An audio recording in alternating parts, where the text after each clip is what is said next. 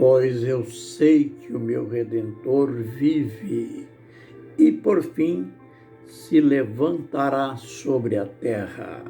Jó 19, 25. Ministério Pão Vivo, cá estamos nós.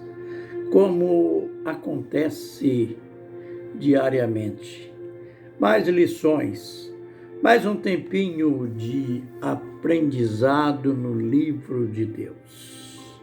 Hoje, último vídeo de nossa série sobre o Concílio Apostólico em Jerusalém.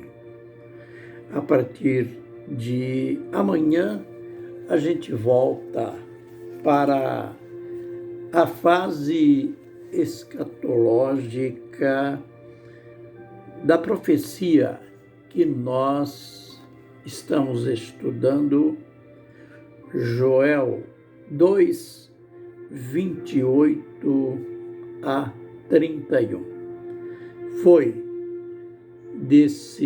dessa promessa do derramar do Espírito sobre toda a carne que nós nos ligamos à obra de Deus entre os gentios, que acabou dando aquela polêmica doutrinária, pois os judeus que eram exclusivos até o Pentecoste, até a morte de Jesus, mas de uma maneira mais clara, na fundação da igreja, no dia do Pentecoste, os judeus não compreenderam que a partir dali o Espírito foi derramado sobre toda a carne, o que quer dizer sobre todas as nações. E então abriu-se uma oportunidade para a pregação entre os gentios, isto é, entre as outras nações. Foi quando os judeus vieram, aquele grupinho fez aquela conspiração contra o que estava acontecendo em Antioquia. Antioquia e as demais cidades onde Paulo e Barnabé tinham sido enviados pelo Espírito Santo. E esse grupo chegou ali querendo impor ainda doutrinas, ensinamentos judaizantes. E hoje a gente fala do final. O final feliz que teve o Concílio Apostólico. A atitude que eles tiveram logo após o encerramento. Aqui a gente aprende como as coisas referentes à obra de Deus eram tratadas pelos apóstolos. A organização, o zelo, depois que a decisão foi tomada, tudo foi passado para uma correspondência, uma carta. E é interessante que na igreja primitiva não havia papismo. Esse papismo que existe hoje, não só no catolicismo, mas entre as igrejas protestantes e evangélicas um papismo. Algumas, muito claro, esse papismo, e outras de maneira camuflada. Quando um homem decide, quando um grupinho decide, ali não foi assim. A decisão final coube a os apóstolos, os anciãos e os irmãos. Note que estão envolvidos todos os participantes da igreja. E a outra lição, para levar esta carta, foram escolhidos homens influentes na igreja, Judas e Silas. Alguém diria hoje, para levar uma carta, precisava ser influentes na igreja? Sim, não importa a função a ser desempenhada. A obra de Deus, ela tem que ser tratada a séria, de modo respeitável, zeloso.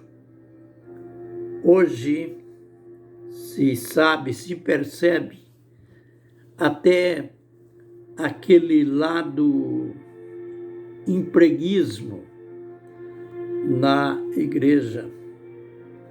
Elementos que ocupam funções, por que não dizer até pastorais, são colocados em postos de elevada responsabilidade só pelo fato de uma certa amizade com alguém superior, só por questões. Já ouvi reclamações de igrejas que têm um sistema de parentesco, que é um grupo de parentes que exercem funções ali.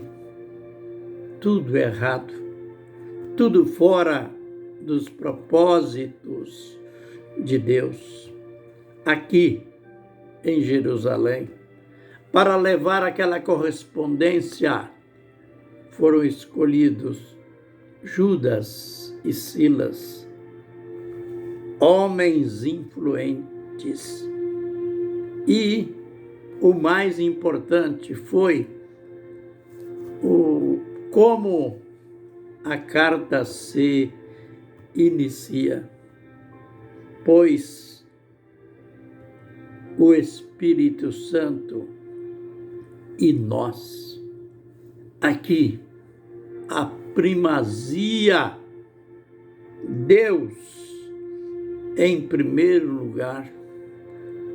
Se fosse hoje, a carta ia em nome de uma denominação, em nome da igreja A ou da igreja B. Não, no cenário apostólico não era assim. Notemos aqui no verso 28, Atos 15, verso 28. Olha que lindo, porque pareceu bem ao Espírito Santo e a nós. Aí então vem o teor, o conteúdo da decisão. Pareceu bem ao Espírito Santo, isto é, pareceu bem a Deus e a nós. Nada de o homem tendo preponderância. A obra é de Deus, a igreja é de Deus. Por isso, nesse concílio, não valeu os argumentos fortes do apóstolo Pedro, ou de Tiago, ou de algum outro, mas valeu o fato de que, naquele tempo, Deus falava na igreja, Deus se manifestava, Deus se revelava. É só lembrar que esse aqui não é um fato isolado. Quando nós lemos Atos 13, verso 2, ali está escrito que a igreja, estando em oração e jejum, o Espírito Santo falou: separai-me a Paulo e Barnabé para a obra que eu os tenho enviado. Notou? Que maravilha, que bênção, como que Deus se revelava, como que Deus falava. Hoje é uma raridade isso acontecer. Da igreja primitiva era comum. Então, o concílio terminou, tudo chegou ao bom termo e a decisão final foi do Espírito Santo. Aleluia! Que o Senhor nos abençoe e nos guarde. Que o Senhor faça resplandecer o seu rosto sobre nós e tenha misericórdia de nós. Que o Senhor sobre nós levante o seu rosto e nos dê a paz. Amém e amém.